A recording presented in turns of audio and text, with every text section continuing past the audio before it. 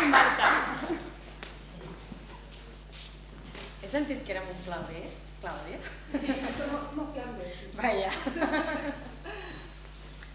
Jo us explicaré la història d'una princesa. Era una princesa com la de tots els contes. Rossa, prima, llarga, presumida. Era una princesa tan fina que només sabia dir potser sí. I el seu pare la portava rabiosa pel camí de l'amargura, perquè era un rei com dels que hi ha pocs. Un rei de veritat, ferm, fort, que prenia decisions, que es creia ben bé que calia cuidar el seu poble. I cada cop que li preguntava, princesa meva, que voleu tindre una afició? Voleu muntar a cavall? Voleu... Ja està, voleu aprendre a filar? La princesa deia, potser sí. Que voleu menjar arròs avui? Potser sí. Que us voleu casar, princesa? Potser sí. I així el rei estava enfurismat dels nervis. Potser sí, princesa, que potser voleu ser monja, princesa? Potser sí. El rei ja no podia, suporava de la seva pròpia filla. Ell volia tindre un reialme ferm i amb aquest potser sí no anava enlloc. El rei estava dels nervis i va decidir casar sí o sí a la seva princesa. Amb qui? Li era igual. Van vindre candidats de tota mena. Prínceps alts, prínceps baixos, prínceps grossos, prínceps prims. En va arribar un, pèl roig, exòtic. Venia muntat a un cavall blanc. I quan va arribar li va dir, princesa, us voleu casar amb mi? La princesa va respondre, que ho sabeu? Potser sí. El rei estava que es pujava per les parets.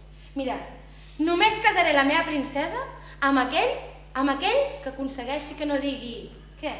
Ho dieu amb mi? Potser sí. Va aparèixer un cavaller. Aquest encara era més exòtic. Venia de l'Índia. Portava un turban llarg. Era sioux. No, aquest és indi d'Amèrica. Tant se val. Era exòtic de total. Va aparèixer allà amb el seu cavall. Quan es va plantar la princesa li va fer una mirada exòtica. Princesa, us voleu casar amb mi? I va respondre la princesa, potser sí. Aquest potser sí la portava el rei pel camí de l'amargura més profunda. Van passar, us aniré explicant, que si un rei negre, que si un rei indi, que si un rei pigmeu, tots els reis aguts i per haver van passar per allà, tots els prínceps i totes les cavalleries, i ningú aconseguia que la princesa deixés de dir potser sí. Amb aquestes que va extendre la crida al poble. Mira, li era igual que fos un rei, li era igual que fos un plebeu. La qüestió és que es traguessin aquella princesa del damunt. A més, aquell que aconseguís casar-se amb la princesa segur que era molt intel·ligent, perquè l'única premissa era que la princesa deixés de dir potser sí. Va passar de tot per allà. Metges, doctors, científics, professors, estudiants. I les veu. Va córrer al més baix de tots els rangs. Va córrer a la pagesia. I entre la pagesia va córrer les orelles d'un pobre noi que tothom es pensava que no serviria per res. Màxim per llaurar la terra i poca cosa més. Era rude, ell. I era amb una olor forta, diguem-ho així. I ell sempre anava així com desmanegat de treballar al camp i una mica ja perudot, però rumiava, perquè tenia moltes hores mentre treballava a la terra i va dir, aquesta princesa, espereu que vinc jo. I allà s'hi va plantar. Al principi no el deixaven entrar, però el rei desesperat, sí, sisplau, deixeu-lo pujar.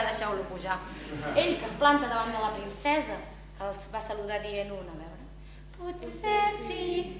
I li diu, princesa, vos, què us penseu? Què us penseu que jo he vingut aquí a casar-me amb vostè, No.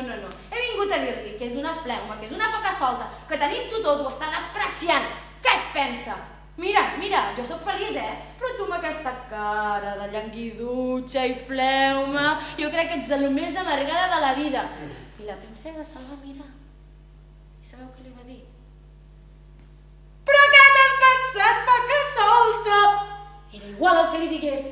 La qüestió és que no havia dit per primer cop què? Potser sí. I va ser així com aquell pagès es va casar amb la filla i el rei es va quedar ben descansat.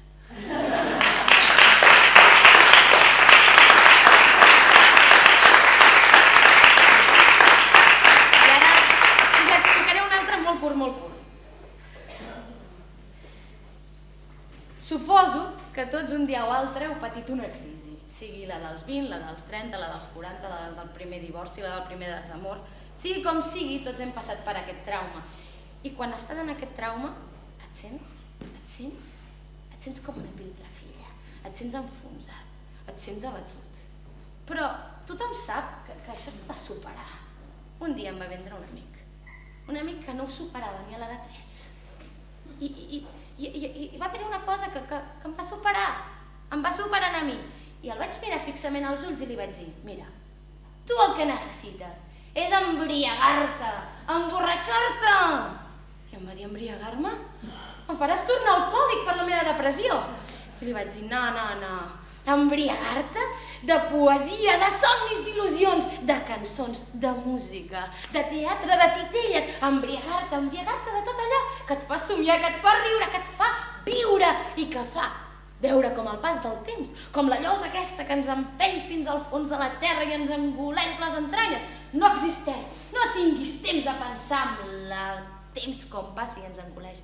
Viu, riu, somriu.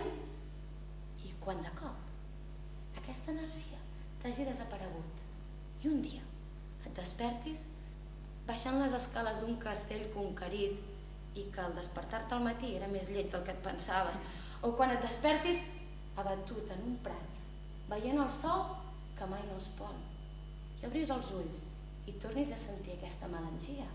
Llavors, i només llavors, és que ha arribat l'hora de tornar-te a embriagar, i embriagar amb força, amb energia, de tot el que vulguis, de vida, de cançons, de somnis, de tot el que es belluga, del que canta, del que plora, de tot el que riu, i deixa marcar el temps, i deixa que mai més no et tornis a sentir engolit per la terra.